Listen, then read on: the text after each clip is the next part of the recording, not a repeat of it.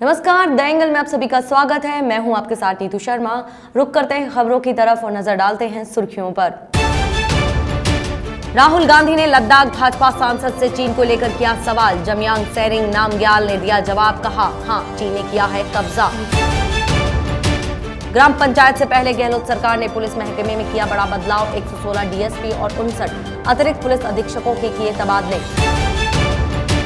Corona की रोकथाम के चलते राजस्थान में लगी दूसरे राज्यों से बिना इजाजत आवाजाही पर 7 दिन की पाबंदी। भाजपा ने सरकार पर साधा निशाना। और चिकित्सा मंत्री रघु शर्मा ने 4 मोबाइल फूड सेफ्टी वैन को दिखाई हरी झंडी। खाद्य सामग्री में मिलावट रोकने के लिए लैब युक्त वैन संचालित करने की योजना। खबरों से पहले आपको बता रहे हैं बड़ी खबर। राजस्थान राज्यसभा चुनाव से जुड़ा मामला। सीएम अशोक गहलोत ने खेला बड़ा दांव। कांग्रेसी विधायक शिफ्ट किए गए निजी रिसोर्ट में। निर्दलीय विधायक भी पहुंचे रिसोर्ट में। भाजपा के मंसूबों पर फिर फिरा पानी। 19 जून को होना है मतदान। राजस्थान से केसी वेणुगोपाल राव और नीरज जांगी है प्रत्याशी। 2 सीटों पर कांग्रेस की जीत तय। राजस्थान में कांग्रेस की सियासी चाल। सीएम अशोक गहलोत के फैसले पर आला कमान ने दी मंजूरी। विधायकों की बाड़ाबंदी की दी मंजूरी। प्रधानमंत्री नरेंद्र मोदी ने बुधवार को वीडियो कॉन्फ्रेंसिंग के जरिए केदारनाथ में चल रहे विभिन्न कार्यों की जानकारी ली और ड्रोन के माध्यम से उनका अवलोकन किया। प्रधानमंत्री मोदी ने केदारनाथ मंदिर परिसर, आदि गुरु शंकराचार्य की समाधि, सरस्वती घाट पर बने पुल, केदारनाथ में बन रही गुफाओं, मंदाकिनी नदी पर बन रहे पुल और मंदाकिनी और सरस्वती के संगम पर बन रहे घाटों का भी जायजा लिया। प्रधानमंत्री मोदी ने कहा कि भगवान केदारनाथ और बद्रीनाथ में विभिन्न कार्यों के लिए राज्य सरकार को केंद्र से हर संभव मदद दी जाएगी। उन्होंने बद्रीनाथ के लिए विकास योजना बनाने के निर्देश देते हुए कहा कि इसमें अगले 100 साल तक की परिकल्पना का हिसाब रखा जाए।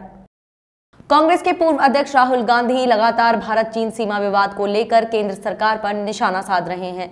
इसी बीच लद्दाख से भाजपा सांसद जमयांग सेरिंग नामग्याल ने उन्हें जवाब दिया है। भाजपा सांसद ने ट्वीट में दावा किया कि चीन ने कांग्रेस कार्यालय में भारतीय जमीन पर कब्जा किया था। राहुल गांधी ने ट्वीट कर पूछा था कि क्या चीन ने लद्दाख में भारतीय जमीन पर कब्जा किया है। जमयांग ने ट्वीट कर कहा, हां चीन ने भारतीय जमीन पर कब्जा किया है, लेकिन कांग्रेस के कार्यकाल में। सांसद का कहना है कि उम्मीद है कि राहुल और कांग्रेस तथ्यों के आधार पर मेरे जवाब से संतुष्ट होंगे। उन्होंने साथ ही उम्मीद जताई कि वे फिर से गुमराह करने की कोशिश नहीं करेंगे। 8 जून को राहुल गांधी ने अमित शाह के बयान पर तंज कसते हुए ट्वीट किया था कि सबको मालूम है सीमा की हकीकत, लेकिन दिल को खुश रखने को शायद ये ख्याल अच्छा है।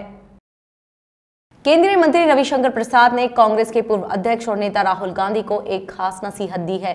राहुल गांधी पर उनकी चीन को लेकर किए गए ट्वीट पर तंज कसते हुए केंद्रीय मंत्री रविशंकर प्रसाद ने कहा है कि राहुल गांधी को पता होना चाहिए कि चीन जैसे अंतर्राष्ट्रीय मामलों पर ट्विटर पर सवाल नहीं पूछा जाना चाहिए। रविशंकर प्रसाद ने कहा कि ये वही व्यक्ति है जिन्होंने बालाकोट एयर स्ट्राइक और 2016 के उरी हमले के बाद की गई सर्जिकल स्ट्राइक के सबूत मांगे थे। चीन को लेकर राहुल गांधी की ओर से ट्वीट कर पूछे गए सवाल पर केंद्रीय मंत्री रविशंकर प्रसाद ने कहा कि राहुल गांधी अर्थनीति और सामरिक नीति को कितना समझते हैं, इस बात पर बहस होनी चाहिए। राहुल गांधी को इतनी तो समझ होनी चाहिए कि चीन से जुड़े मामले में ट्विटर से सवाल नहीं पूछते हैं। मुख्यमंत्री अरविंद केजरीवाल ने दिल्ली में कोरोना के हालात को लेकर डिजिटल प्रेस कॉन्फ्रेंस की। केजरीवाल ने कहा कि दिल्ली में बाहरी लोगों के इलाज के मुद्दे पर अभी झगड़ने का वक्त नहीं है। एलजी अनिल बैजल के आदेश को मानेंगे। दरअसल दिल्ली सरकार ने कुछ दिन पहले तय किया था कि राज्य सरकार के तहत आने वाले अस्पतालों में सिर्फ दिल्ली के लोगों का इलाज होगा। बाहरी लोग केंद्र सरकार के अस्पताल में इलाज करा सकते हैं। इस आदेश को एलजी बैजल ने पलट दिया था। केजरीवाल ने कहा कि हम इस मुद्दे पर राजनीति नहीं करना चाहते। आने वाले समय में दिल्ली में काफी ज्यादा बेड की जरूरत पड़ेगी। कुछ लोग कह रहे थे कि दिल्ली की चुनी हुई सरकार के फैसले को एलजी या केंद्र सरकार बदल नहीं सकते, लेकिन एलजी ने फैसले को बदल दिया। उनके फैसले को अक्षरशः लागू किया जाएगा। उन्होंने बताया कि अब दिल्ली में 31,000 तक केस आ चुके हैं। इनमें 12,000 लोग ठीक हो चुके हैं, लेकिन आने वाले समय में संक्रमण तेजी से बढ़ने वाला है। जम्मू कश्मीर के शोपियां जिले में सुरक्षा बलों को बड़ी सफलता मिली है। सुरक्षा बलों ने मुठभेड़ में 5 आतंकियों को ढेर कर दिया है। इलाके में सर्च ऑपरेशन जारी है। पुलिस के एक अधिकारी ने बताया कि दक्षिण कश्मीर में शोपियां के सुगु इलाके में आतंकवादियों की मौजूदगी की सटीक सूचना मिलने के बाद सुबह इलाके की घेराबंदी की गई और तलाश अभियान चलाया गया। आतंकवादियों ने सुरक्षा बलों पर गोलियां चलानी शुरू कर दी, जिसके बाद मुठभेड़ शुरू हो गई, जिसमें 4 आतंकियों को ढेर कर दिया है। गौरतलब है कि इस मुठभेड़ में 5वां आतंकी भी मारा गया है।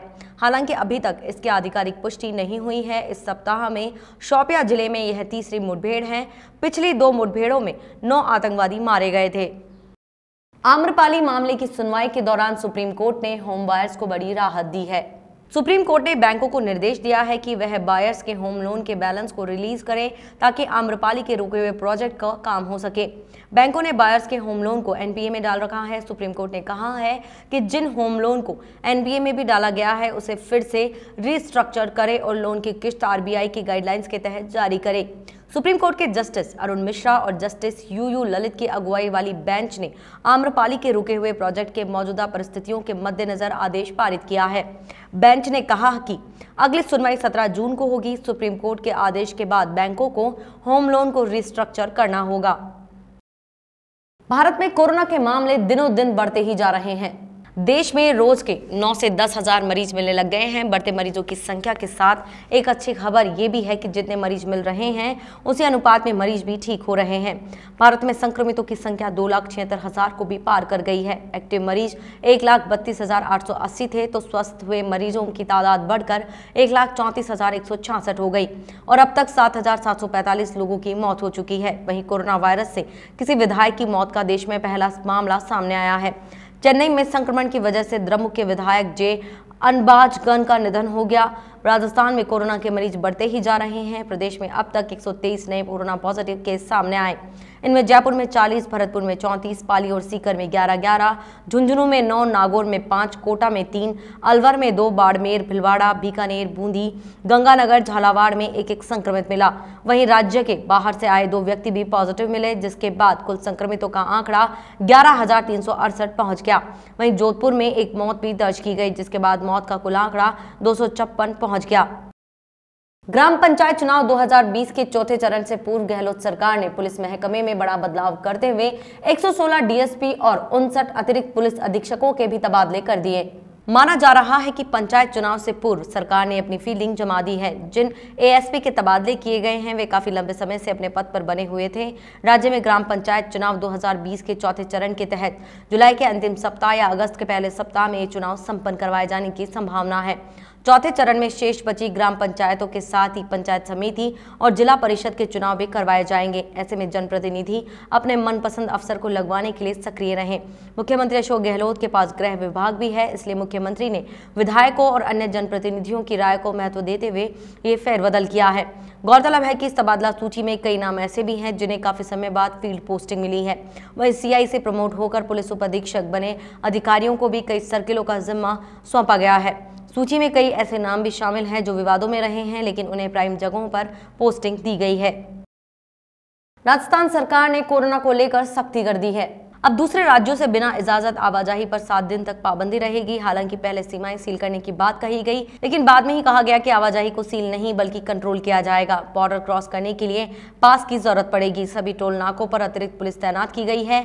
गृह विभाग की ओर से अगले 7 दिनों के लिए राजस्थान के बॉर्डर सील करने के आदेश जारी करते हुए बाहरी राज्यों से आने वाले वाहनों का प्रवेश रोक दिया है। पुलिस महानिदेशक कानून व्यवस्था एमएल लाठर ने इस बारे में आदेश जारी किया है। इसमें कहा गया है कि राज्य में कोरोना वायरस संक्रमण के बढ़ते मामलों के मद्देनजर राज्य सरकार ने अंतर्राज्यीय आवागमन को नियंत्रित करने का फैसला किया है। वहीं 11 जून से राजस्थान से हरियाणा के बीच चलने वाली राजस्थान रोडवेज बस सेवा को भी स्थगित कर दिया गया है। राजस्थान भाजपा प्रदेशाध्यक्ष सतीश पूनिया ने सीमा सील के आदेश को वापस लेने पर कांग्रेस सरकार पर निशाना साधा है। उन्होंने कहा है कि राजस्थान सरकार किस प्रकार काम करती है उनकी बानगी आज देखने को मिली। यूटर्न करने में माहिर राजस्थान के मुखिया और उनकी सरकार कुछ घंटों पहले जारी किए गए सीमा सील के आदेश को वापस बदल दिया गया। आदेश को वापस लेने से इससे सरकार की कमजोरी साफ नजर आती है। सरकार आम आदमी के मनोबल को कम करने का काम कर रही है। उन्होंने कहा कि सरकार कोविड के संक्रमण को रोकने में नाकाम रही है। राजस्थान की सरकार किस तरीके से काम करती है उसकी बानगी आज एक बार फिर दिखी। यू टर्न करने में माहिर राजस्थान के मुखिया और उनकी सरकार कुछ घंटों पहले आज ही के दिन सीमा सील करने का आदेश देती है और एक लंबी सी आदेश की प्रतिलिपि जारी होती है जिसमें लिखा होता है और ये इंप्रेशन जाता है कि जैसे प्रदेश में कोई आपातकाल आ गया हो। उस आदेश की भाषा यदि आप देखेंगे तो आपको समझ में आ जाएगा सरकार जाने किन चिंताओं में और किन आशंकाओं में है।